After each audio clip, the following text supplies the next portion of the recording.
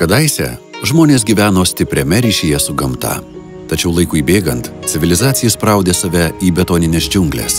Neišimtis ir Vilnius. Žalumos čia galėtų būti daugiau. Todėl garsus japonų kultūros žinovas Kęstutis Ptakauskas iškėlė idėją įrengti Lietuvoje pirmą viešą japoniško stiliaus sodą. Šiai idėjai pritarė ne tik UAB Tokvila vadovai Petras Ignotas ir Algimantas Purauskas, bet taip pat ir Vilniaus miesto meras Artūras Zuokas. Tačiau kasgi tas japoniško stiliaus sodas? Tai mažos laukinės gamtos kopijos, jau nuo senų senovės tapusios neatsiejama Japonijos kultūros dalimi.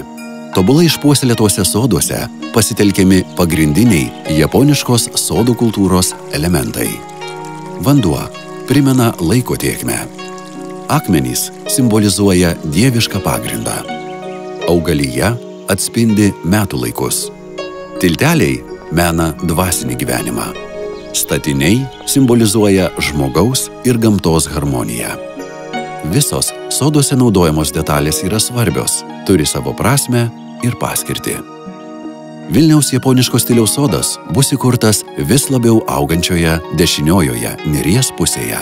Sodo projekte ypatingą svarbą turi viduryje teritorijos tyvuliuojantis tvenkinys, kuris taps gyvybinga sodo širdimi. Tai natūralus bei ypatingas gamtos kampelis, kuris įkvėpė sodą kurti būtent šioje vietoje. Šį tvenkinį suformavo kadaise per Lietuvą slinkęs ledynas.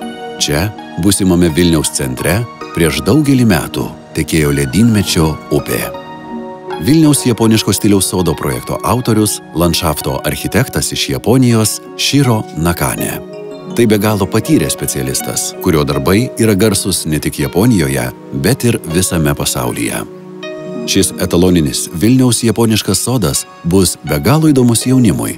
Čia vyks kino seansai, rytų kovų užsiėmimai, japoniškų menų mokymai. Orientalistams šis sodas taps nepakartojama vieta rengti paskaitas, parodas, rytų muzikos koncertus. Senjorus sodas džiugins taiči mankštomis, ikebana puokščių bei sodų įrenginėjimo mokymais. Šeimos su vaikais čia atras rytų menų pamokėles, japoniškus žaidimus bei ekskursijas. Na, o miesto svečiai jaus pareigą aplankyti vieną geriausių Europos japoniškų sodų. Planuojama, jog šį sodą per metus aplankys apie 200 000 žmonių. Tai taps įsimintina ir mylima visos Lietuvos vieta. Tam, kad 2016 m. rudenį sodas atvertų vartus, prie mūsų prisideda garbūs žmonės ir organizacijos. Mūsų iniciatyvą remia Japonijos nepaprastoji ir įgaliotoji ambasadorė Lietuvoje Kazuko Shiraishi. Sodo steigėjai Vilniaus miesto savivaldybė, Vilniaus miesto parkai, Tokvila ir bonsai studija Sensei. Paremti šį kilnų projektą galite ir jūs.